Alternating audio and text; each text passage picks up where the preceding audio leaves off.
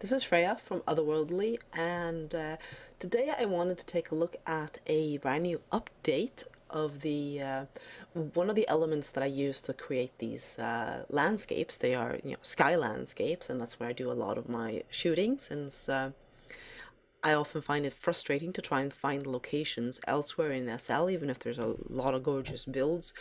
Uh, I might want something very particular, and then I end up having to put it together myself. More or less successfully, I should say. I don't think that interior or exterior decorating is exactly my forte, but it works out all right. And if it works out all right, it's often due to the fact that we have these amazing creators creating various gorgeous elements that you can put together. And one of the most useful is Landscapes Unlimited. They've been doing these skyboxes and sky surrounds for ages, and sim surrounds for the ground level as well. And with mesh, they've expanded and done various mesh platforms for the sky, full landscapes for the sky even. And also now you can add your own water in the sky by having animated water that you just install. And what I've got here is the latest iteration of the animated sky and ice from Landscapes Unlimited. So this is a huge mega prim thing, which is basically a kilometer by a kilometer, so it obviously stretches well beyond the sim. What you've got here, basically, you can see some of my slightly random decor in the background that I've been using for various shoots. You have a mesh platform here in the middle, and then you have the water giving somewhere for the mesh platform to sit.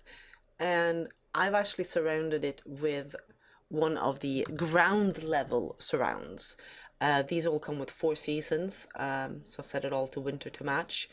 And the recent release from Landscapes Unlimited also includes a sky surround versions of these that are better suited to using in the sky. It's a little it's not quite right to use the ground level. It works, but I will probably have to pick up the sky ones at some point as well, just to have the perfect fit. So all of the ones are available both as sky and ground. But what we are taking a closer look at here, as I said, is the water.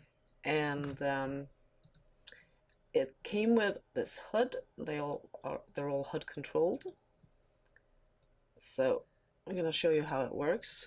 You load up the HUD first to initialize it, and then it goes red, and that means it's ready to use. So you click this, and while it's orange, you touch the piece of the landscape that you want to change, and that loads up the textures. So here we have a couple of different options. Basically, it goes from open water to ice with more or less snow on, and then you have them either as opaque or where you can see the sea bottom. So I'm going to change it around here, and then I'm going to turn on seabed, and we'll see.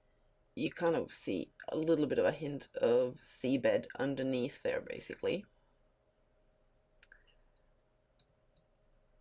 And then you can go through and get different versions of the water. And you do need to have advanced lighting on to take full advantage of these features, so that the water looks exactly as it should. And here you start getting to the ice, and you see you have more or less snow on the ice, so you can cover it up entirely and have this very white, blindingly white landscape. And then you have the versions that are opaque, so that you can't actually see through the water and see what's beneath. That obviously allows you to simulate different looks and different weather conditions, and you could match these then to the sky settings that you use. So here it starts getting a little colder, I guess, and then we're back on the ice versions. And here's the opaque full snow. So I'm going to go with one of the mixed ones that I had in the beginning here. You also have some control of glow, transparency, and brightness. So this is quite handy for making a full experience out of the oops, and here I am zooming around as usual. Obviously when you're in the sky, often the thing has been that you can't really have water in the same way that you can in on the ground level, and this is still not the same. It's not London water. You can't really you know, swim around in it in the same way, and but you can certainly use it to get a really nice background look, and sort of filling out the landscape and getting a complete winter landscape. What I've had to do in the past when I've just had the sky water is to try and do settings with the wind light that made it look a bit more like ice, which is kind of how you've done it on the ground level, which is, again, you can't really get ice out of Linden water, but you can set light settings that make it look a bit more frozen over. And then of course there are various ice add-ons that you can get. I know that Studio Sky has some nice ice with little pieces of flakes and sort of jutting pieces of ice. I do use those on the ground level as well. So this is fairly just a brief look at some of the things that you can do with the pieces from Landscape Unlimited. And as I said, you've got these mesh terrains that are, there's 5 different types. 4 of them have platforms for houses and one is much more jagged. They all have 4 seasons, and then you can have these surrounds. You could use the mesh terrains on the ground as well if you don't want to landscape, but they are full size, so that would be your whole sim. And the platform areas are pretty large, so if you want a little bit more of a rolling hill feel, it might not be suitable for that. But I definitely think you should be checking out, and here you can see that this one, my mouse over, is the Patagonia sim surround. A lot of them are quite dramatic with these massive hills.